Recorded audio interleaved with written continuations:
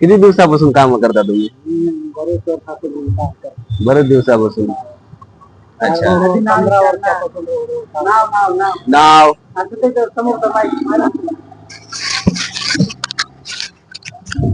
नाव काय तुमचं? माझं नाव ससानी, तुकाराम ससानी. आपलं राहण्याचं व्यवस्था? राहण्याची व्यवस्था हॉटेलवरच करायचं, हॉटेलवर राहायचं.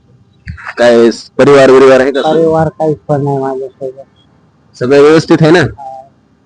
बाकी सर्व तुम्हाला भेटायला वगैरे कोणी येते की नाही? भेटायला कोणीच येत नाही आपल्याला, आपणच जातो भेटायला. गावामध्ये बहीण आहे, बहिणीला भेटायला जात असतो. अच्छा अच्छा. मग तब्येत वगैरे कशी आहे? तब्येत आपली तर बिघडली पाहिजे, पण आमची जर तब्येत मध्ये काम करावंच लागते. आपल्याला कोण हेच नाही, चाराच नाही, तर काय करायचं, आपल्याला काम करावंच लागतं. वय तुमचं? वय आता 65 वर्ष आहे. 65 वर्ष. 65.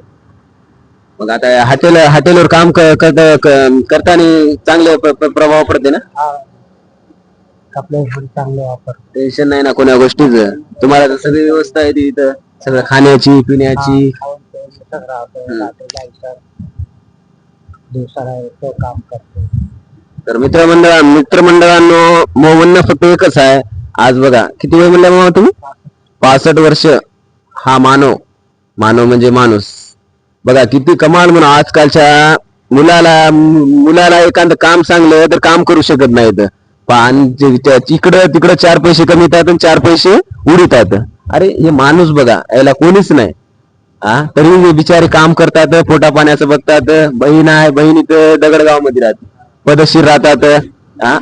असं याच्यासारखं वागायला शिका. पदशीर याच्यामध्ये खाण्यापिण्याचं काम करून तुम्हाला खाण्यामध्ये आणि काम करता इमानदारीनं काम करण्यामुळे फार मर्यादा आजची असते.